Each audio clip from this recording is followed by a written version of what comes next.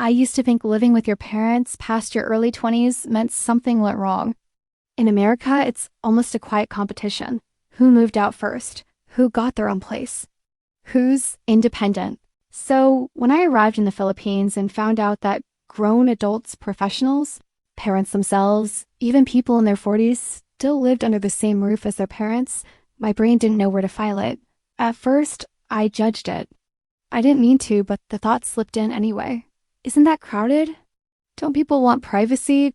Don't parents want their space back? I pictured constant arguments, suffocating rules, and zero freedom. I assumed it was about money or lack of opportunity or tradition forced on people whether they liked it or not. Then I stayed long enough to realize I was wrong. Very wrong. The first Filipino family I lived with didn't treat the house like a place you escape from. It was a place you return to.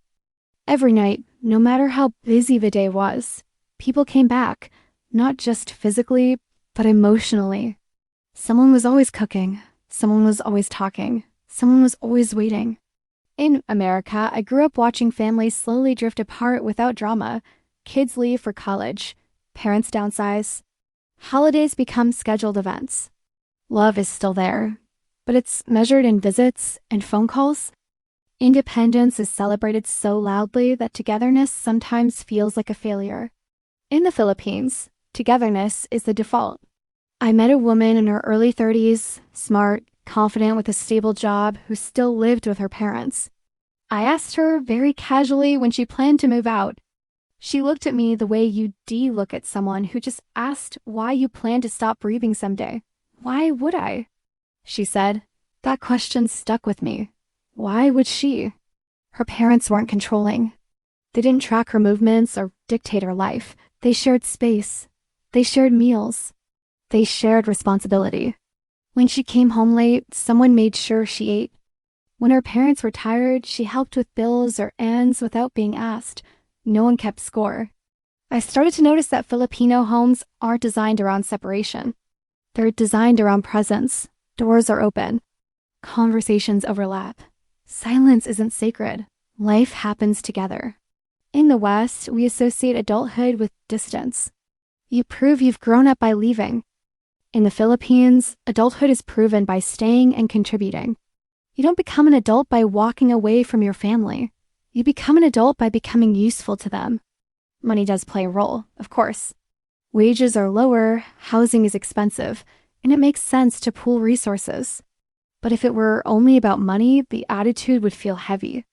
Instead, it feels practical, almost light. There's no shame attached to staying, no urgency to escape.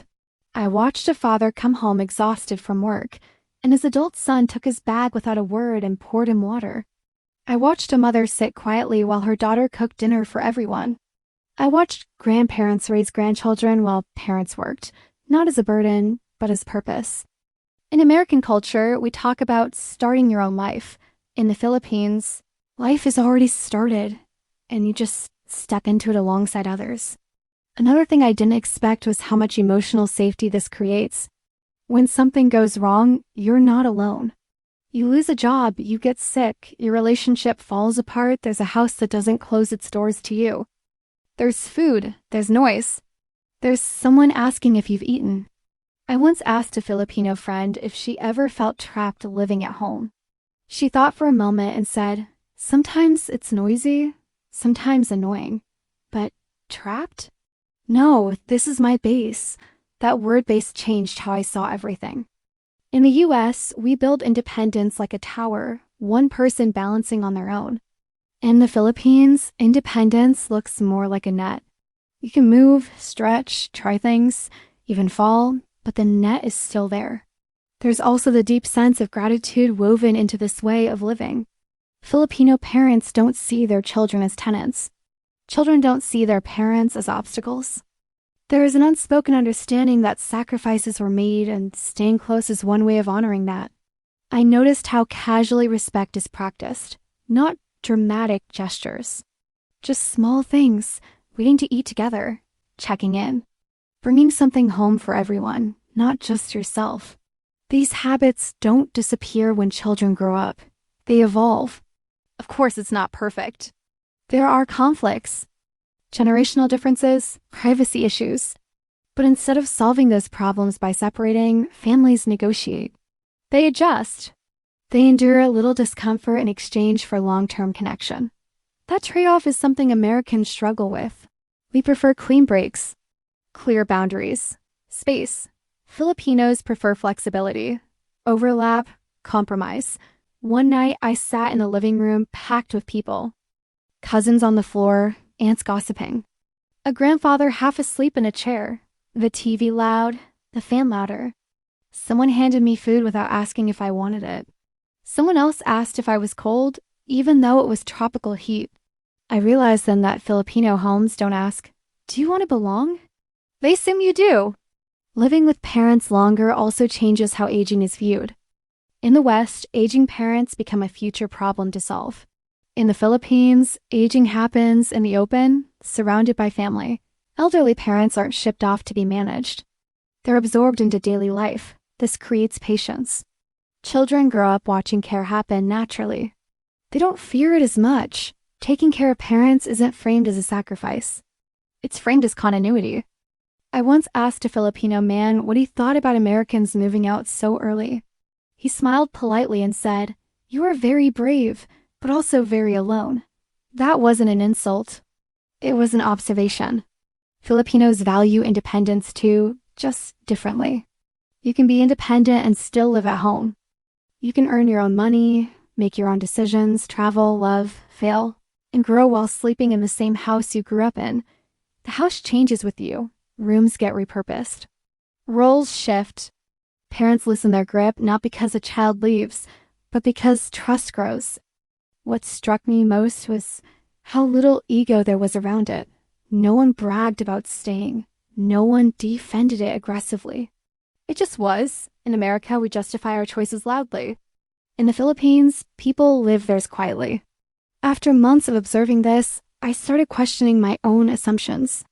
Was moving out really about growth, or was it about proving something? Was independence always healthier or just more familiar? I thought about how many Americans struggle with loneliness, how many elderly people live isolated, how many adult children feel guilty but distant. Then I thought about Filipino homes full of noise, friction, warmth, and constant presence. Neither system is perfect, but one prioritizes the individual and the other prioritizes the group. And depending on what you value, that makes all the difference. When Filipinos live with their parents longer, it's not because they can't leave. It's because leaving isn't the ultimate goal. Staying connected is. They grow up understanding that life is shared, that success is communal, that happiness multiplies when it's distributed. They don't rush to separate chapters. They layer them. By the time I left the Philippines, the idea of living alone didn't feel like freedom anymore. It felt like an option, not a requirement. I realized that independence doesn't have to mean distance, and adulthood doesn't have to mean absence. Sometimes growing up doesn't mean moving out. Sometimes it means moving deeper in. And that's why Filipinos live with their parents longer, not because they're behind, but because they're holding on to something the rest of the world is slowly losing.